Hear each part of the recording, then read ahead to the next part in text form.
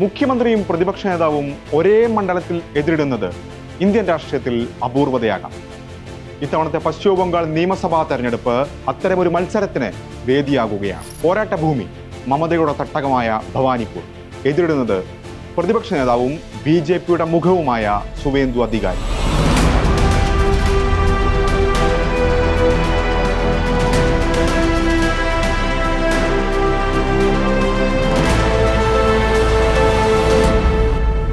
ഇരുവരും തമ്മിൽ നേർക്കുനേർ ഏറ്റുമുട്ടുന്നതിന് പിന്നിലും ഒരു കഥയുണ്ട്.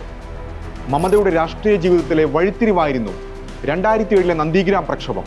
കാർഷിക ഭൂമി ഏറ്റെടുത്ത് പ്രത്യേക സാമ്പത്തിക മേഖലയാക്കാനുള്ള സർക്കാർ നീക്കത്തിനെതിരെ കർഷകർ രംഗത്ത് വന്നതും പോലീസ് വെടിവയ്പിൽ 14 പേർ കൊല്ലപ്പെട്ടതും ദേശീയ തലത്തിൽ തന്നെ വലിയ ചർച്ചയായി. ബംഗാളിലെ ഇടതുഭരണത്തിന്റെ തകർച്ചയുടെ തുടക്കവും അവിടെ നിന്നായിരുന്നു. അമ്മ മണ്ണ് മനുഷ്യൻ എന്നർത്ഥം വരുന്ന മാ മാതി മാനുഷ് എന്ന മുദ്രാവാക്യം മുഴക്കി മമത പ്രക്ഷോഭത്തിന് നേതൃത്വം ഏറ്റെടുക്കുമ്പോൾ വിശ്വസ്ത പോരാളിയായി കൂടെയുണ്ടായിരുന്നു യുവ നേതാവായ സുവേന്ദു അധികാരി.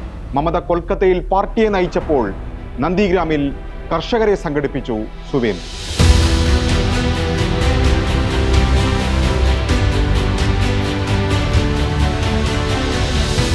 നന്ദിഗ്രാം ഉൾപ്പെടുന്ന താംലുക് മണ്ഡലത്തിൽ നിന്ന് 2009 CPIMലെ ലക്ഷ്മൺ സേത്തിനെ തോൽപ്പിച്ച് ലോക്സഭയിലേക്ക് ആദ്യ ജയം. 2014 അതിന്റെ ആവർത്തനം.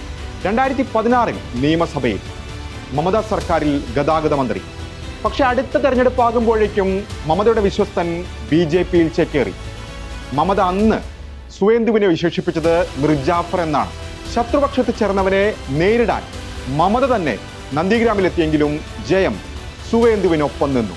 മമത പിന്നീട് ഭവാനിപ്പൂരിൽ നിന്ന് ജയിച്ച് നിയമസഭയിലെത്തി.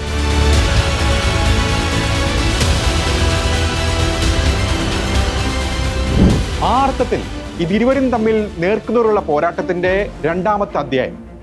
ഒരു വ്യത്യാസം മാത്രം. കഴിഞ്ഞ തവണ മമത നന്ദിഗ്രാമിലെത്തിയെങ്കിൽ ഇത്തവണ സുവേന്ദു മമതയെ അവരുടെ തട്ടകത്തിൽ ചെന്ന് എതിരിടുന്നു. ലക്ഷ്യം നന്ദിഗ്രാം മോഡൽ ആവർത്തിക്കുക. കഴിഞ്ഞ തവണ 57,000 വോട്ടായിരുന്നു മമതയുടെ ഭൂരിപക്ഷം.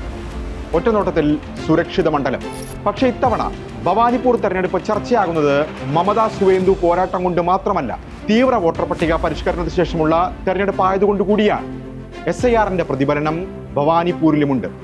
SIRന് മുൻപ് 2,06,295 വോട്ടർമാരുണ്ടായിരുന്ന ഭവാനിപ്പൂരിൽ കുറഞ്ഞത് 25% വോട്ടാണ്.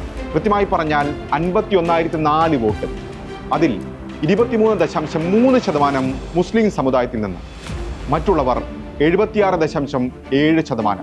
കഴിഞ്ഞ 2 തെരഞ്ഞെടുപ്പുകളിലും മമതയ്ക്കെതിരായി 40,000 മുതൽ 60,000 വരെ വോട്ടുകൾ മണ്ഡലത്തിൽ പോൾ ചെയ്തിട്ടുണ്ട്. ഓരോ കാലങ്ങളിലും സാധ്യതക്കനുസരിച്ച് BJPക്കോ കോൺഗ്രസിലേക്കോ CPMലേക്കോ പോയിരുന്നു ആ വിരുദ്ധ വോട്ടുകൾ. ഒപ്പം ബംഗാളികളല്ലാത്ത വോട്ടർമാരിലാണ് BJPയുടെ കണ്ണ്. ഗുജറാത്തികൾ, പഞ്ചാബികൾ തുടങ്ങി ഹിന്ദി സംസാരിക്കുന്ന മണ്ഡലത്തിൽ ഏകദേശം 45% വോട്ടർമാരുണ്ട്.